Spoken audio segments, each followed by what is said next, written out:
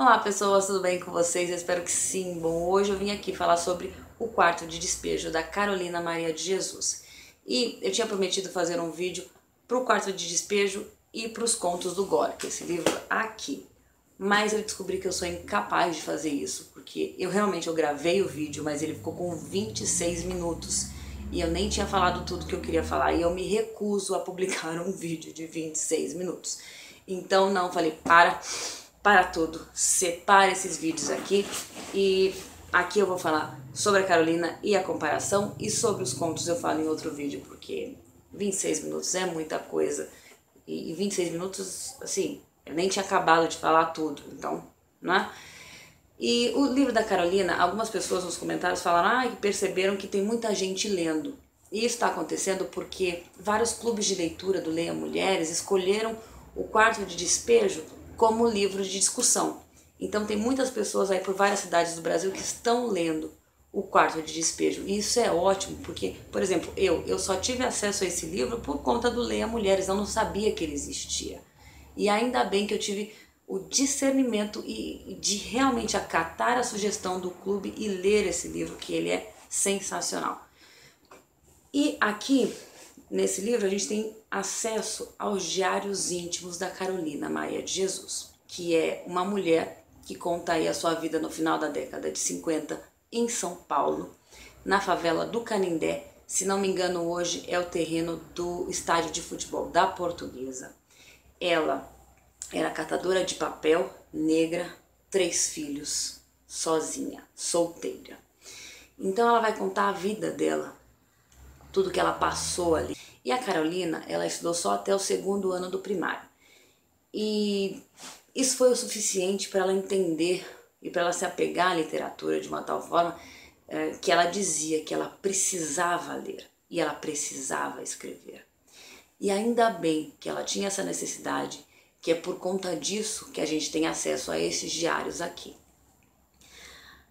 Tem vários vídeos que falam de fatos que tem aí dentro do diário, realmente, só que eu vou aqui, como essas pessoas elas contam que tem no diário, eu vou fazer algumas outras reflexões. Por exemplo, Carolina, ela optou por ser solteira, ela não quis um homem e ela explica isso. Ela fala que os homens que ela tinha, que ela conhecia ali na favela, não valiam a pena, que elas seriam, ela ter um homem só por ter seria um problema a mais, né? Uma preocupação a mais. Ela já tinha 3 filhos para alimentar e ela não precisava de um homem para aumentar esses problemas. Isso não quer dizer que ela, Carolina era feminista, odiava os homens. Não, muito pelo contrário, ela tinha aí seus romances, mas ela tinha consciência de que ela não precisava de um homem só para ter um homem.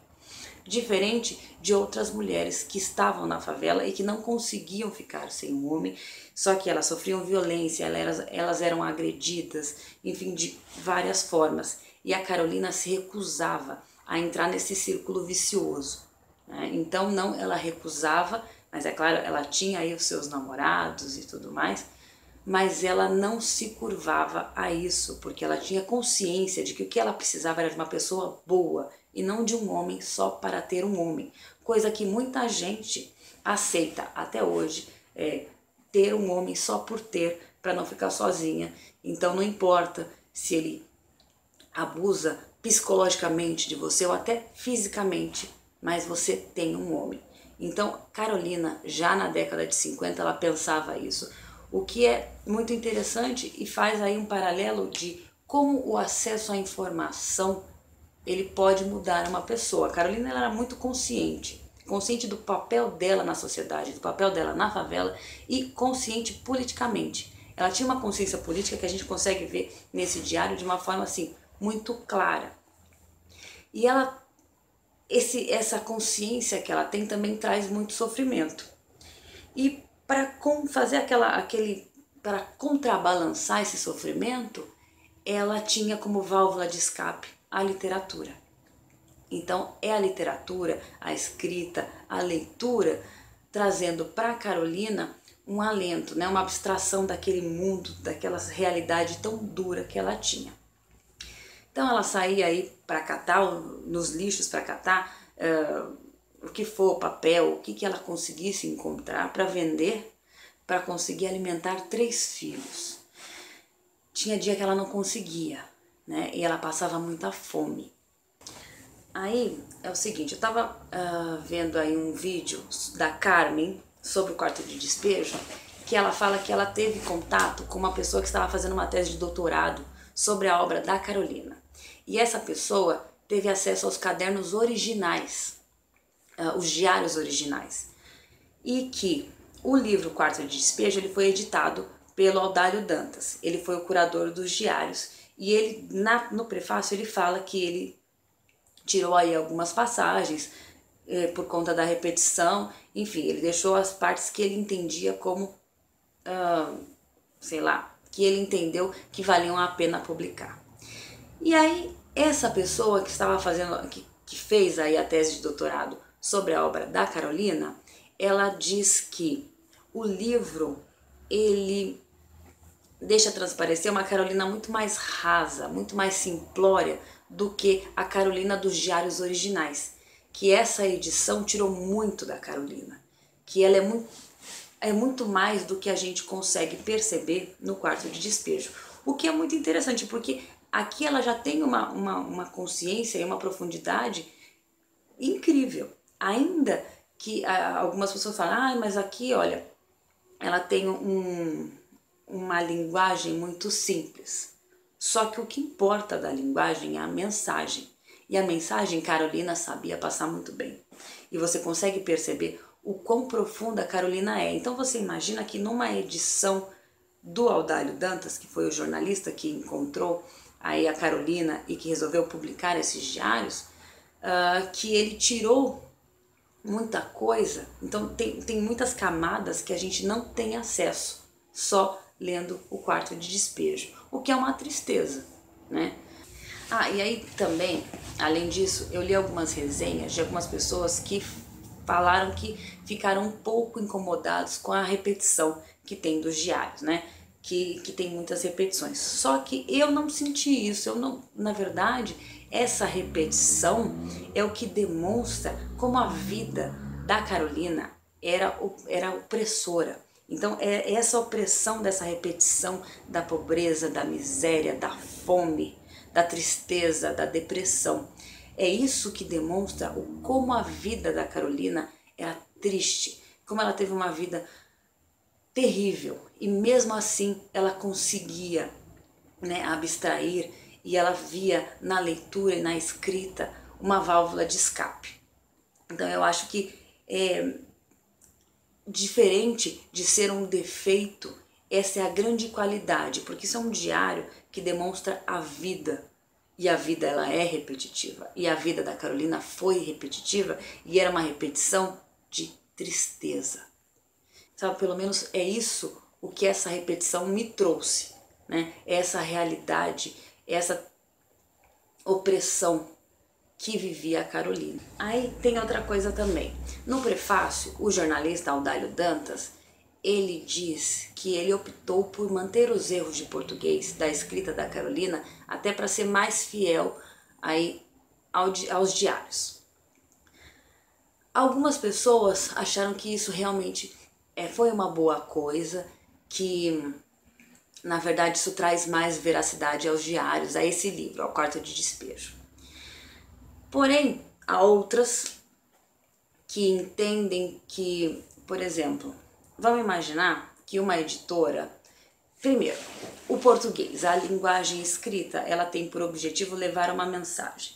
Então, esses erros de português, eles não dizem mais nada do que a gente já sabe, que a Carolina, ela só tinha até o 2º ano do primário, que ela não tinha estudo formal, então, obviamente que seriam encontrados erros nos diários da Carolina. Mas essa escolha em manter os erros da Carolina é um pouco complicada porque, olha só, pessoas que estudaram, que foram para a faculdade, que escreveram livros, elas têm como um serviço da editora a revisão dos textos. E o revisor, ele tem o papel de acabar com os erros de português. Certo? Então, por que a Carolina favelada não teve direito a essa revisão desse texto. Porque esses erros de português, eles não vão, na verdade, eles não passam nada além. Não tem nenhuma informação extra no erro de português. Então esse manter os erros de português parece meio que uma parede, assim, dizendo: Carolina, aqui você não entra. A gente publica o seu livro, mas você continua sendo a pobre, favelada, que não tem direito à revisão dos seus textos. Né? Que é exatamente para demonstrar a diferença que você tem das outras pessoas.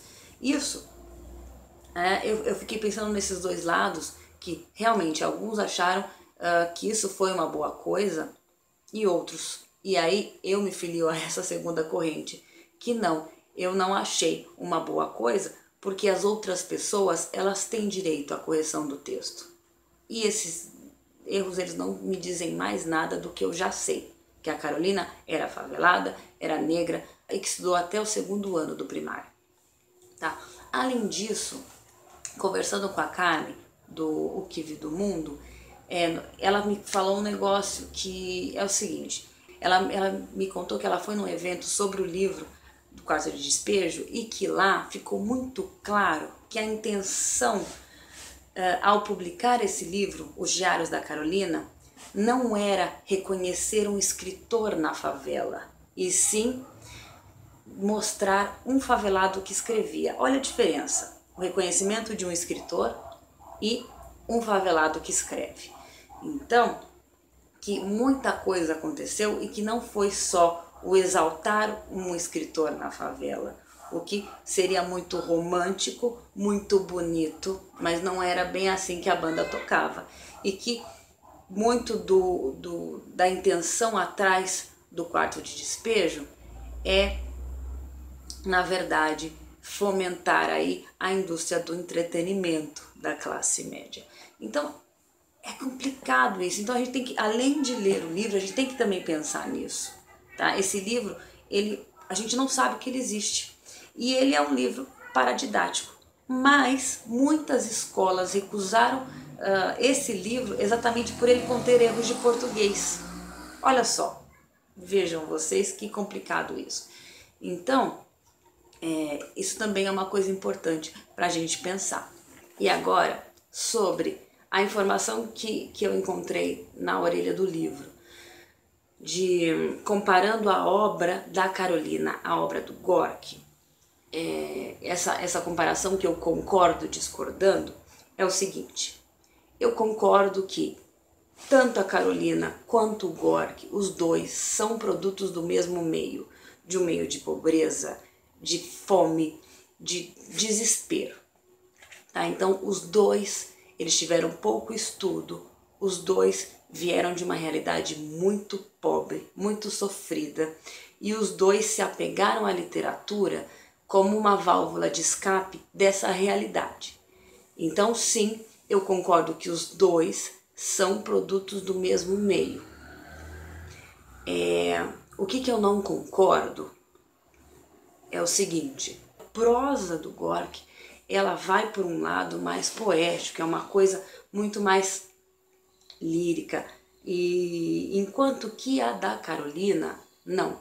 A prosa da Carolina, ela é mais seca, ela tem seus momentos de lirismo, mas ela é mais seca, ela é mais descritiva da pobreza, do sofrimento, né? Enquanto que o Gorky, ele tem uma outra visão. Então, na verdade, mesmo os dois sendo produtos do mesmo meio, a literatura de cada um deles, elas são diametralmente opostas, né? Apesar de falarem dos mesmos assuntos, eles não são congêneres, pelo menos não me parece, tá? E é exatamente nisso que eu concordo sim, que os dois são escritores moldados pelo sofrimento. E são escritores que não precisaram da escola e nem da universidade para ter dentro de si a literatura, né? Eles aprenderam isso com a vida, com o sofrimento. É daí que vem a literatura do Gorky e da Carolina, tá? Mas ainda assim elas correm em vertentes totalmente distintas. Eu acho que a obra dos dois escritores, elas não são comparáveis, apesar de terem a mesma base e o mesmo assunto. Então, a única coisa que eu posso dizer é que leiam Carolina. É um livro chocante, importante, é uma realidade que a gente precisa ter acesso para a gente pensar no quanto a educação, o acesso à informação, o acesso à literatura, ele pode mudar uma pessoa. Enfim, vou parando por aqui, porque daqui a pouco o vídeo tá com 26 minutos de novo, o que não pode ser. Eu não aceito isso. Eu aceito 25. Tá bom, gente. Então, é isso. Tchau. Até a próxima.